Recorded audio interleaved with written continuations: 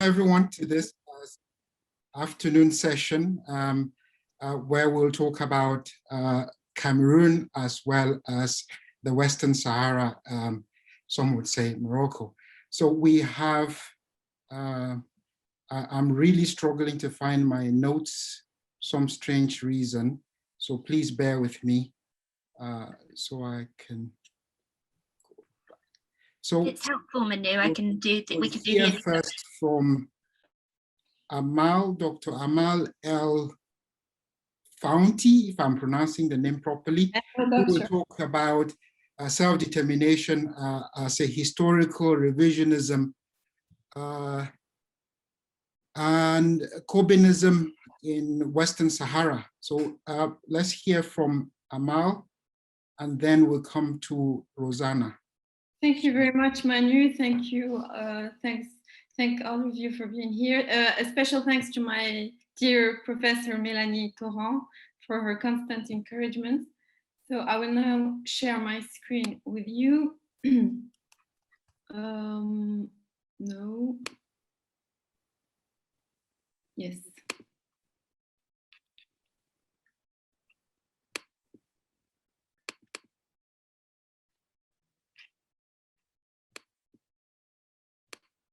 Sorry.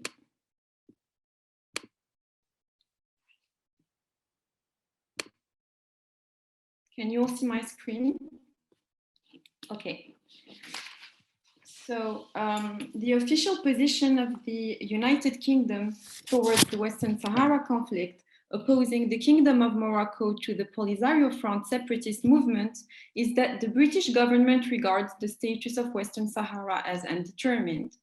As such, it supports the UN-led efforts to achieve a lasting and mutually acceptable political solution that provides for the self-determination of the people of Western Sahara. This commitment to neutrality has been observed by successive British governments, Labour and Conservative alike. The Western Sahara conflict was first introduced in the UK Parliament by Labour backbench MP Jeremy Corbyn in the early 1980s. But the pro-Polisario parliamentary mobilization really started gaining momentum in the 1990s and more so in the early 2000s. As you can see on this chart, from 1991, the year in which the ceasefire was brokered by the United Nations, up to 1997, the number of questions asked about the referendum rose to 61 out of a total of 84 questions, before slightly decreasing to 50 under New Labour and to 13 under the Conservatives as issues of human rights and natural resources took center stage. On the next slide, you can see how British MPs have taken an increasing interest in the Western Sahara over the same period. While Corbyn was the only one asking the questions from 1985 to 1997, from 2010 to 2021, 147 questions were asked by other MPs as opposed to 63 by Corbyn. In terms of party distribution, while all 144 questions on Western Sahara were asked by Labour MPs from 1985 to 2010, you can see here how the mobilization gradually broadened to other parties. Yet from 2010 to 2021, 79%, that is 93 questions, were still asked by Labour MPs, including members of Corbyn's shadow cabinet. Conservatives, in turn, asked 14 questions, that is 12% of the total, in support of Morocco, mostly, and nationalist parties have also joined the pro-Polisario mobilization, but still only account for 4% of the total. In the case of Cameroon, this phenomenon is linked to the appointment of MP Ben Lake as chair of the Western Sahara All-Party Parliamentary Group, which was previously chaired by Corbyn. Corbyn has also initiated 48%, that is 20 early day motions on Western Sahara out of a total of 42 early day motions, while Labour account for 73% of EDM signatories, followed by Liberal Democrats, Conservatives, and Nationalists and other smaller parties, though to a lesser extent. In their recent study, Bolton and Pitts define Corbynism as a politics of position, that is, a politics concerned more with the objective position of a person or a group in a fixed and essentialist schema than with what that person or group does, says, or does. What I want to do in this paper is to discuss to what extent Corbyn has resorted to historical revisionism as a powerful tool for garnering support for the Polisario Front, which he sees as representing the oppressed, as opposed to his perception of Morocco as being backed by the powerful. I will now analyze a few of the elements that have characterized the historical narrative that have enabled the pro-Polisario campaign to gain momentum in the UK Parliament.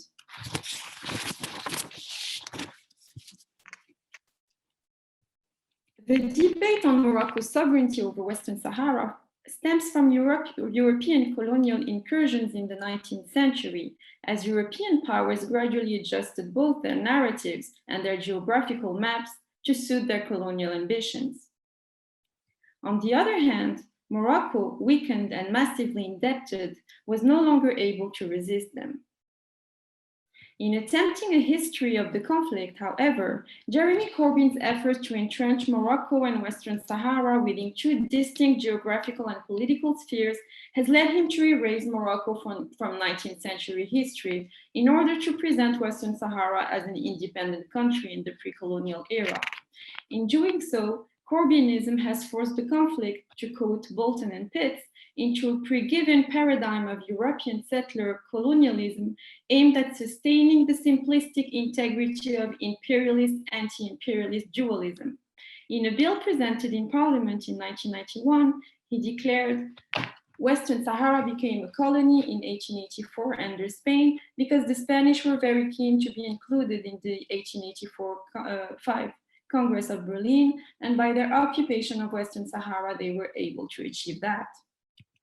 Not only is Morocco absent from the Congress of Berlin to divide Africa, but the two Moroccan crises and the Algeciras conference of the early 20th century are nowhere to be found in his narrative.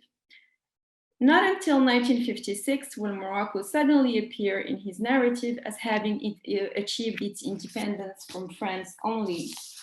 By doing so, Corbyn's rhetoric echoes the tendency of Polisario supporters to start the history of the conflict in 1975, ignoring that it actually dates back before the creation of other modern states such as Algeria and Mauritania. While the roots of this historical denialism can be traced back to Franco's colonial ambition to create a satellite state in Western Sahara under Spanish influence, by rooting a sense of differentiated identity among Sahrawis, Francisco Correale explains how denial of the political and religious influence exerted by the Alawite Sultan of Morocco over the Sahrawi populations colonized by Spain would later form the foundation on which the nationalist version of Sahrawi history developed. Gradually, the geographical space that was initially a portion of the North African Sahara was given a political connotation and referred to as Western Sahara. Corbyn also overlooks that Britain's interest in the status quo in Morocco in the 19th century had led John Drummond Hay to support Morocco's sovereignty to counter other French and Spanish growing ambitions in Morocco, while also taking the opposite stance whenever British interests so required.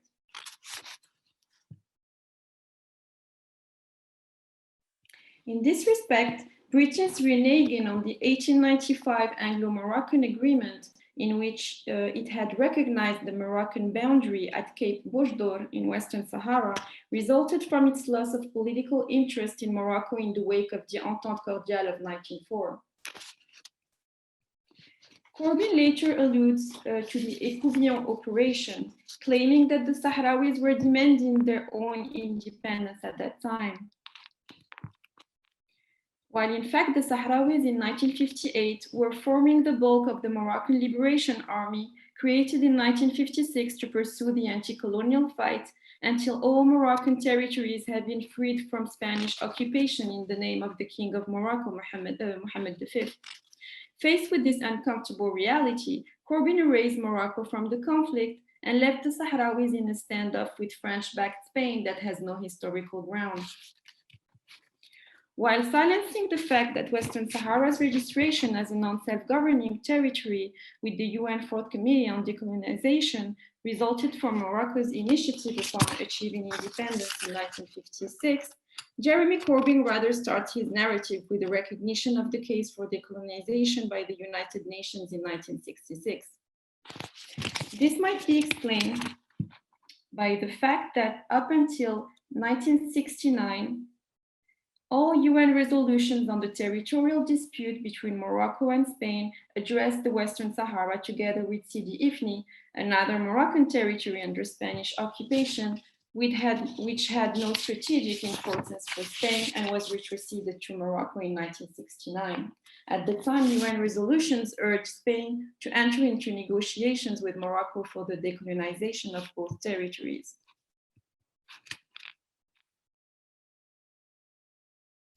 In the same statement, Jeremy Corbyn declared that the peace plan is being sabotaged. Morocco is desperate to keep its colony, and we must ensure that the electoral roll for the referendum is accepted on the basis of the 1974 census so that the voting can go ahead as it should do in a month's time. This insistence on Moroccan obstruction to the self-determination process was to form the glue that would hold together the various elements of Corbyn's simplistic narrative on the Western Sahara throughout the years. This perspective first failed to take account of the vagaries of history. When in 1981, King Hassan II agreed to a control referendum on the basis of the 1974 Spanish census that included 74,000 Sahrawis, Algeria and Polisario claimed in return that the Sahrawi people were 750,000.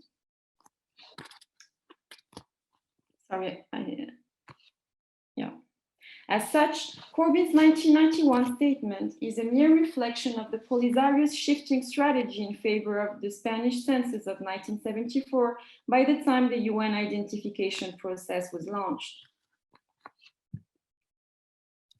Eric Jensen, who served as head of MINURSO from 1994 to 1991, also offers a more qualified picture. While insisting that both Morocco and in its own way the Polisario sought to control the process, Jensen referred to his mission as a highly complex task resulting from the nomadic and tribal specificities of the Saharan society for which there was no precedent at UN level. As such, the Polisario's position had the advantage of technical simplicity, but he recognized that a significant number of Sahrawis, including those who had fled to Morocco in the wake of the Ecouvillon operation, had been left out of the census. Divergence over interpretation of the settlement plan made the parties' position irreconcilable and reflected Polisario and Morocco's awareness that the composition of the electoral body would predetermine the outcome of the referendum in a winner-takes-all referendum. Still, according to Jensen, Morocco's claim to the territory has been one constant throughout his mission, and King Hassan II never entirely camouflaged his adherence to a confirmatory referendum as he saw it, and I quote, as his right and duty to reclaim the sometimes Spanish Sahara as he had done with other Spanish possessions.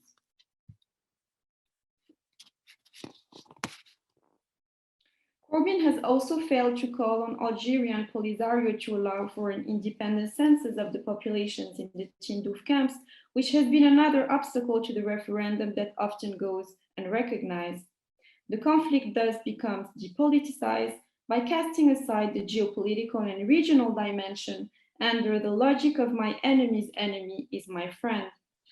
Corbyn's categorization of Algeria among the community of good, as de facto granted by its anti-imperialist profile, has led him to mobilize a naive rhetoric and generic concern for peace to obscure Algeria's critical role in the conflict.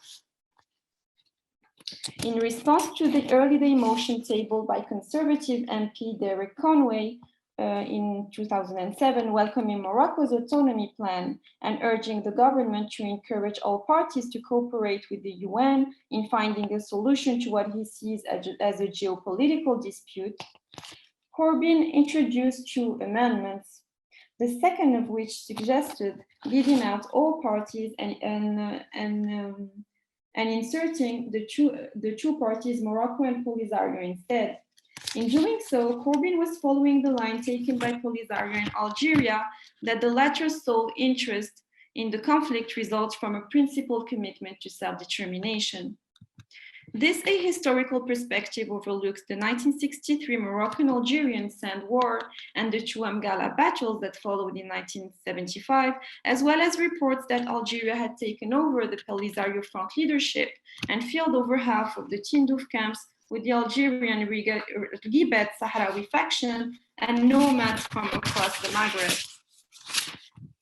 As such, Polisario defectors have estimated that 20% of the camp's population is actually from Western Sahara. Corbyn's narrative also ignores Algerian President Abdelaziz Bouteflika's suggestion in 2001 that the Western Sahara's territory be partitioned as a political to the conflict. He suggested that to the UN Secretary General's personal envoy, James Baker. But Corbyn's blindness to the erring ways of those he considers on the right side of history has led him to keep calling upon Her Majesty's government to press the UN and Morocco to ensure that a genuine choice is shortly placed before the Sahrawi people at the same period. While dismissing the regional dimension when it comes to revealing Algeria's involvement, Corbyn has been keen to emphasize the Organization of African Unity's unique support for independence in the case of Western Sahara, while in turn showing no legalistic concern with the organization's legally contentious admission in 1981 of the self-proclaimed Sahrawi Republic against Article 4 of its founding charter. This testifies to a legalism à la carte, which Bolton and Pitts have identified as constitutive of Corbynism, depending on which camp is involved. The very next day on which the protest camps set up on the outskirts of Laayoune were dismantled by Moroccan security forces in November 2010, Corbyn tabled an early day motion expressing its horror at the violent dismantling by Moroccan forces of refugee camps in the Western Sahara, while noting in passing the accompanying deaths of 3 security officials, another potentially lethal stabbing, and many injuries. Even as the final death toll of 13, of whom 11 were members of Morocco's security forces, were revealed, the cross-party parliamentary delegation of the all-party group on Western Sahara, led by Corbyn, that visited Laayoune in 2014, only refers to the 3 Sahrawi martyrs killed by Moroccan forces since 2010. While the Tindouf camps and refugees have benefited from an appealing secular image, which the Polisario has successfully conveyed to Western audiences, the very existence and aspirations of the majority of Sahrawis who live in Western Sahara have been largely ignored in Corbyn's narrative. Interestingly, the only pictures of Sahrawis that were allowed into the 2014 report, which I have just mentioned from the parliamentary delegation's visit to Laayoune, feature separatists. The risk for unionists to be recognized as Sahrawis by their distinctive clothing was in turn avoided by only referring to them in the body of the text and by gathering them under the conspiratorial umbrella expression of pro-Moroccan civil society groups, as opposed to the human rights defenders who can only allude to separatists. Dismissal of the opinion of unionist Moroccan Sahrawis as part of some sort of Moroccan manipulation reduces them to stateless, ghostly figures and deserving of their Sahrawi ethnicity. In conclusion, a number of developments may give us an indication of the future of the pro-Polisario mobilization in the UK. Labour's 2019 manifesto only includes a vague commitment to recognizing the rights of the people of Western Sahara. This may suggest that Corbyn's abstract and apolitical commitment to the Western Sahara might have given way to the pragmatic compromises inherent to practical politics. Second, the conflict has been monopolized by Corbyn, his supporters, and the Western Sahara civil campaign, and occasionally used to score political points. And as such, British MPs' lack of knowledge of and genuine commitment to the conflict raised the question of whether Corbyn's narrative might outlive Corbyn in the case of Western Sahara, or whether it is inseparable from his figure. Following the American recognition of Morocco's sovereignty over the Western Sahara, the conservatives seem to have taken a more active position in favor of Morocco. In this respect, an unexpected development in the British Parliament in 2020 has been the reference by a Conservative MP to Algeria's responsibilities in the conflict. Whether this prefigures the UK's alignment with the US position or will at least mark a shift towards a more balanced approach to the conflict in the UK Parliament remains to be seen. Thank you very much for your attention. Thank you very much, Amal, for the presentation and a very interesting perspective to international foreign policy, looking at a particular individual who has been active on a specific international issue for a very long time. So thank you very much. Thank you. I didn't introduce Amal at the beginning. So Amal is a second-year PhD student at the Sorbonne, and she's doing her research focused on the English-speaking world, and she's looking at the redefinition of British foreign policy in Southern Mediterranean. So this session is mostly focused on British connections to long-standing self-determination agitations in Africa, in particular Morocco, Western Sahara, and Cameroon. So our next speaker will be Dr. Roxana Willis, and she'll be talking about a similar situation in the Southern Cameroons, or the English-speaking part of Cameroon, where Britain also has a long-standing connection to the problem. So let's hear from Dr. Roxana. Thank you very much. I'm just going to screen share my PowerPoint. I think this is how we do it.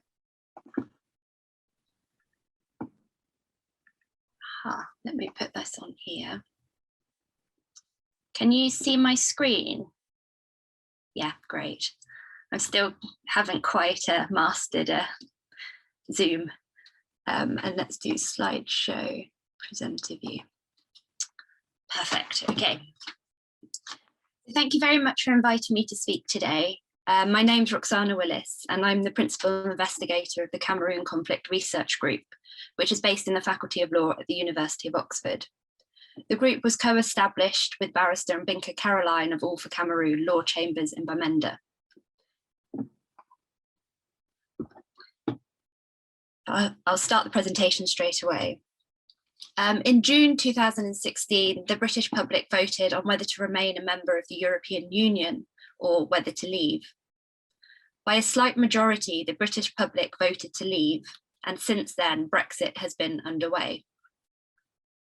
Shortly after the Brexit vote, in October 2016, Anglophone civilians in Cameroon protested against the marginalisation of Anglophone institutions by the majority Francophone state. Peaceful protests in 2017 were violently suppressed by the state, and armed conflict has been ongoing in the Anglophone regions ever since. Therefore, while Britain has been breaking away from the European Union in the name of national sovereignty, the Anglophone population of Cameroon, which was shaped by British colonialism, has been appealing to the right for self-determination. In stark contrast to the global and widespread attention Brexit has received, the Cameroon conflict and the Anglophone struggle for independence has been mostly ignored, even among the majority population of Cameroon itself. In this presentation, I offer an overview of the conflict in Cameroon and its close relationship with British foreign policy.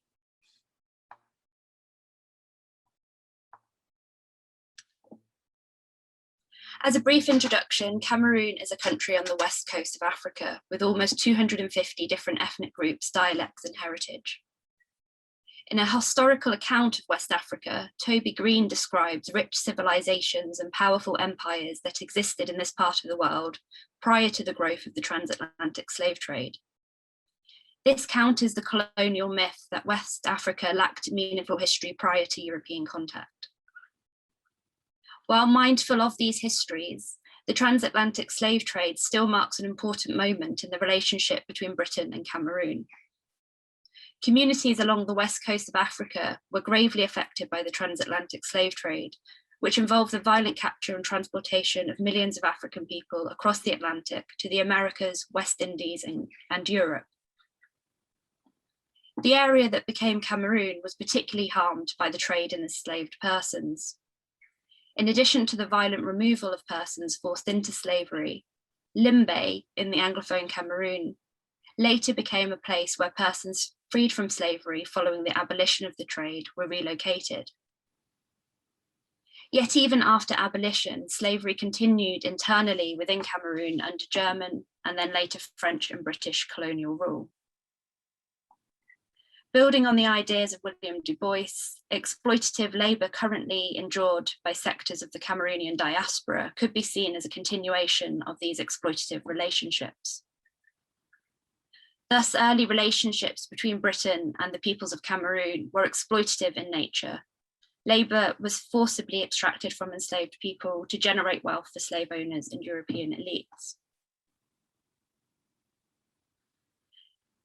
Following the abolition of slavery, Cameroon has experienced multiple forms of European colonization. The country was first colonized by Germany in the late 19th century. Then shortly after World War I, Cameroon was divided between French and British colonial forces. Archival research by Anastasia Nzume shines a light on how Cameroon became divided. Archival documents indicate Britain was prepared to accept France taking complete control of Cameroon in return for a greater control of other areas of strategic interest. However, when the French colonial administrators proposed to take control of the larger part of Cameroon and give Britain a nominal area, which is approximately 1/5, the British negotiators agreed. A line was hastily drawn on a map by George Picot, who had very little knowledge of Africa. Sir Frederick Lugard, who was the governor of Nigeria at the time, reportedly described the area acceded to the British as an insignificant little strip, hardly worth reserving at all. Nevertheless, the British did opt to take control and rule over what became Anglophone Cameroon. A whole host of British institutions, such as schools, law courts, police forces, and local councils, were introduced. While English language and the common law were imposed on the Anglophone minority populations, French language and civil law was imposed by the French on the majority. In addition to being ruled as two entirely different nations, the arbitrary land border between the French and British colonial forces was heavily controlled. Despite separating families from their kin and farmland, official passes were required in order to cross this imposed border. This situation continued for 55 years until independence in 1960/61. In the build-up to independence, the Anglophone populations were given a vote on whether they wished to become independent by joining Nigeria or become independent by joining the Republic of Cameroon. In the years leading up to the plebiscite, Anglophone leaders had worked with the United Nations to decide on the terms of the vote. The leaders called for an option of full independence to be included in the plebiscite. However, Sir Sidney Philipson, who was the British acting commissioner of the Southern Cameroons, denounced this option as economically unfeasible, and it was subsequently dismissed by the United Nations. The northern part of British-controlled Cameroon voted to join Nigeria, and the southern regions voted to join the Republic of Cameroon. However, being denied the option of independence has been contested by sections of the Anglophone populations ever since. Anglophone Cameroonians have experienced a range of minority struggles since 1961. This includes the loss of federal governance, various forms of discrimination, and regular human rights infringements, including political persecution, torture, and state killings. For decades, Anglophone Cameroonians have called on the British and the international community to intervene before the issues escalated. This includes petitioning the UK Parliament and developing a body of jurisprudence at the level of the United Nations and the African Commission. However, something that we'll see as a common thread in the history of Cameroon, minority Anglophone voices were dismissed and ignored.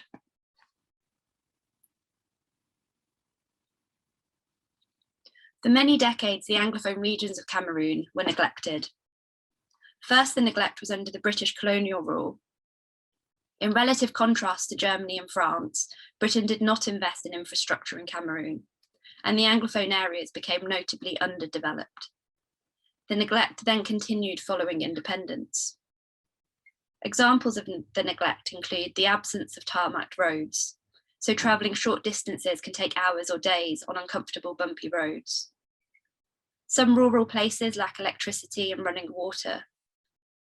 Electricity and water can also stop in towns for days or even weeks on end. Internet access is difficult, intermittent and slow, and much more beyond this. For a resource-rich nation, life can be tough in Cameroon. In recent years, perhaps related to the discovery of crude oil and other valuable natural resources in the Anglophone areas, Francophone teachers and judges have increasingly been assigned to state posts in Anglophone regions. Consequently, reports began to emerge of Francophone teachers allegedly unable to speak English teaching in Anglophone schools, and Francophone judges trained in civil law ruling on common law cases. Notably, rather than English, many Anglophone Cameroonians speak Pidgin, which is an organic language that combines elements of German and English as well as other local features. Having creatively adapted and remade these colonial languages their own, the fresh imposition of French onto the Anglophone peoples may have been experienced as yet another layer of colonial domination, a new formal language to learn, master, and then remake all over again. By 2016, tensions stemming from the Anglophone marginalisation were mounting. Anglophone lawyers walked out of court in their wigs and gowns in protest. Teachers and civilians joined the protests, carrying peace branches to show their non-violent intentions. Despite the peaceful intentions, the Cameroon state responded with military force. Some people were killed, others were injured, many were arbitrarily arrested and have faced indefinite detention. Conflict has been escalating in the Anglophone regions ever since. Regular images and reports surface of entire villages being burnt to the ground, mass state killings, people including children being set alight, fatal levels of torture, rape and extrajudicial imprisonment and executions. Last year, my research group interviewed civilians trapped in the conflict regions of Cameroon, and I'll share some of the words with pseudonyms used throughout. So hundreds of villages have been burnt down in Anglophone Cameroon. Anthony is one of thousands who has lost everything. As he explains, they burnt my bed, my cupboard, and my musical set, everything. Everything I brought for the children they burnt. The house that I built and put everything into, they burnt it all. Everything was burnt. Related to lost homes, hundreds of thousands of people have been displaced. Kelvin, Frank, and Dominic share aspects of this struggle.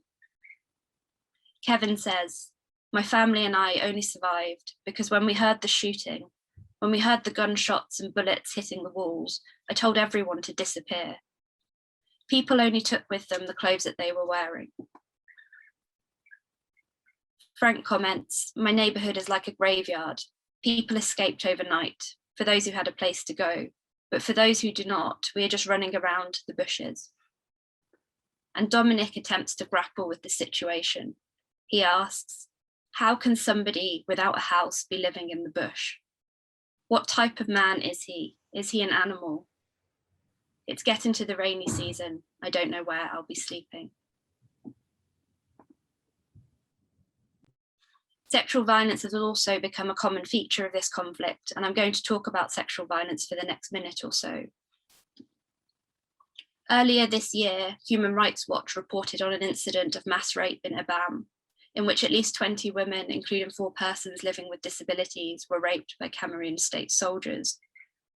Women of all ages are currently exposed to this risk. As our interview participant Tatiana explains, At times, they even rape. Like as a female, if you're passing, at times they will catch you and rape you. It's everybody, no matter their age or sex. Another participant, Grace, was struggling to come to terms with the violence. Fighting back tears, she shares. I was repeatedly raped. It seems as if 80% of my body has been thrown away. In relation to the sexual violence in IBAM, Human Rights Watch have stated, a doctor who screened the survivors in August said that women described symptoms consistent with post-traumatic stress and depression, fear, anxiety, sleeplessness, and an inability to complete daily tasks. Rape survivors said they're struggling to rebuild their lives and provide for themselves and their families. Another feature of this conflict is the commission of intermittent massacres by the state forces. Thousands of people have been killed, however, we lack up-to-date information on the numbers involved. Many atrocities are falling under the radar. My phone is filled with images of the unnamed dead, a mass grave of bodies piled high, an infant shot at point-blank range, a deceased mother lying face down in the mud with a surviving child tied to her back. One massacre that was reported on by the mainstream news media occurred in the remote village of Ngaba on the 14th of February 2020. In the early hours of the morning, state armed forces raided the village, killing at least 21 civilians, including 13 children and an unborn baby. Following the attack, the Cameroon state then set up a military base in Ngaba, which has reportedly led to hundreds more civilians fleeing the remote area in fear. The UK Minister for Africa, James Duddridge, has been asked twice by MP Emily Thornberry about his response to the incident, but so far he's failed to condemn the Cameroon government specifically for the attack.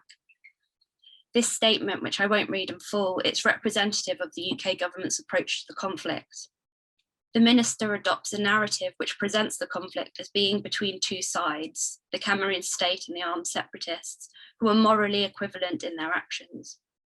In adopting this narrative, the UK government willfully ignores issues of power, historical factors, and fails to acknowledge the role of international actors who are complicit in the military actions of the Cameroon state. Our research participants are understandably concerned about the lack of international response to the violence. As Nina states, the international community must not abandon us. Human rights here will be wiped out. It's urgent and it's getting worse. I noticed from the day this crisis started, it's only been on the increase. The suffering, the pain has only been on an increase. If something's not done, we don't know. We have no power of our own. I've seen some from the international community, but it's not enough. Ozias asks, why is Britain silent when they caused all this? Why is Britain silent? And the United Nations, what about their charter? What about the United Nations Charter? Why did they vote for independence of a people by joining La Republic of Cameroon when it's against the United Nations Charter? Why did Britain do that instead of giving independence to Southern Cameroon to decide on their own whether to unite with French Cameroon, Cameroonian Republic, or with Nigeria? And in Michael's view, the worst part of it is that France is an enabler. France is behind it. I cannot mince my words because anywhere we want to go, France is intervening. He feels, moreover, that his people's voices are not being heard anymore by anyone. And he asks, we've talked a lot and the UN is not responding. To whom shall we talk now? And specifically in the response to the Ngaba massacre, Ilias comments, they allowed Rwandan genocide to go on for so long and to take so many lives. There is a silent genocide in southern Cameroon and it is real. When you see the pictures of the children who were killed 2 or 3 days ago, when you see these little children, if tears cannot run down your cheeks, then you are hard-hearted. That is the truth.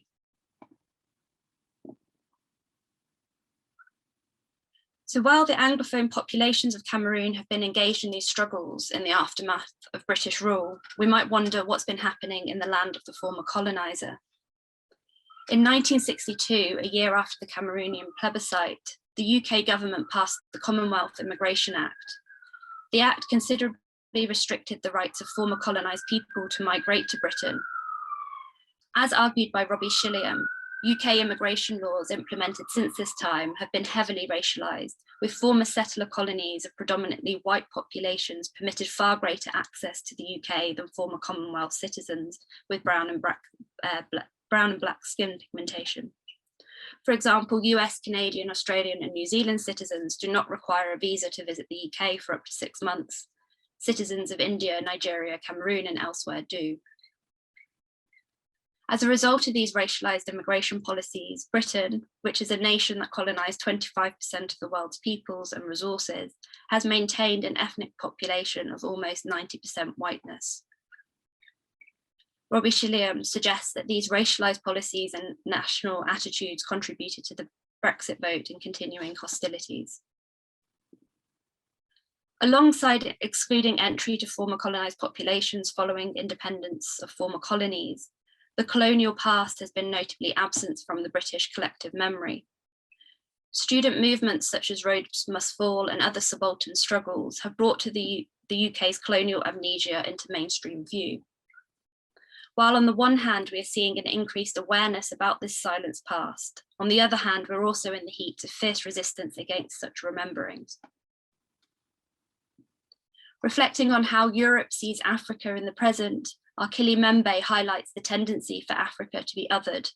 Instead of affinity and recognition of our common humanity, Membe explains that African politics is treated as a politics of difference, the politics of the Good Samaritan nourished by a sense of guilt, resentment or pity, but never an obligation to justice or responsibility. And I want to think for a moment about this notion of responsibility and obligation to justice. Following independence, Britain drastically retreated from its involvement in Cameroon, which was in stark contrast with France, which maintained significant control and influence over the economic, cultural and military actions of the Cameroon government, from the colonial period into the present. Britain does not rank in the top 10 of largest import and export markets for Cameroon, and even though major British firms do exist in Cameroon, they are significantly outnumbered by French and Chinese enterprises. Britain's economic disinterest has also been matched by a lack of funding for international aid and development. However, following Brexit and the loss of trade with the European Union, British foreign policy in Cameroon appears to be changing. Cameroon is one of several former colonies that the UK government plans to secure greater ties. In 2018, the UK Government Department for International Trade announced a British partnership which involves supporting London-based oil and gas firm New Age to win a contract to develop an offshore floating natural gas project in Anglophone Cameroon. The extraction of gas and oil is a source of tension in the conflict. Yet even more directly than this, it seems that the New Age contract backed by the UK government sees money going to an elite armed force of the Cameroon state, which is implicated in some of the worst atrocities being committed against Anglophone communities. Despite regular human rights abuses occurring, which were explicitly condemned by the UK government, in April this year, the UK announced a continued economic partnership agreement between the UK and Cameroon, which is still to be debated in Parliament. Criticism has arisen about the announcement of these trade deals amid the Anglophone conflict, which the UK government is still failing to respond to. Britain's post-Brexit trading policies with Cameroon have led several commentators to describe this as attempt at Empire 2.0. I'm on my final slide and I know I'm at the end of my time, so I'll be very quick. So at the same time as entering into these trade deals, the UK has slashed development funding. In addition to creating immediate humanitarian problems for some of the world's most disadvantaged populations, these cuts have affected development projects in Cameroon. And for example, we had a peer-reviewed project which was led by youth actors in Cameroon to support young people who've been affected by the conflict, and that unfortunately can't go ahead because of these cuts.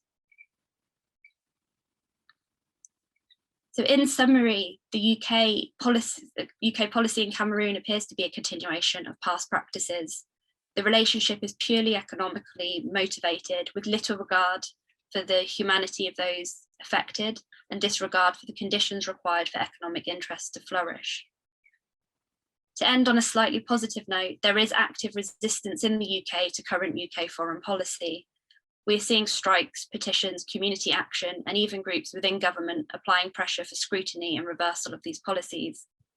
Within Cameroon, the British High Commission is showing concern for the Anglophone crisis, and some MPs in the UK, such as Emily Thornberry, are speaking out. Therefore, while British foreign policy in Cameroon from past into the present leaves a lot to be desired, there is hope that a more humane and respectful policy could arise in the future. Thank you.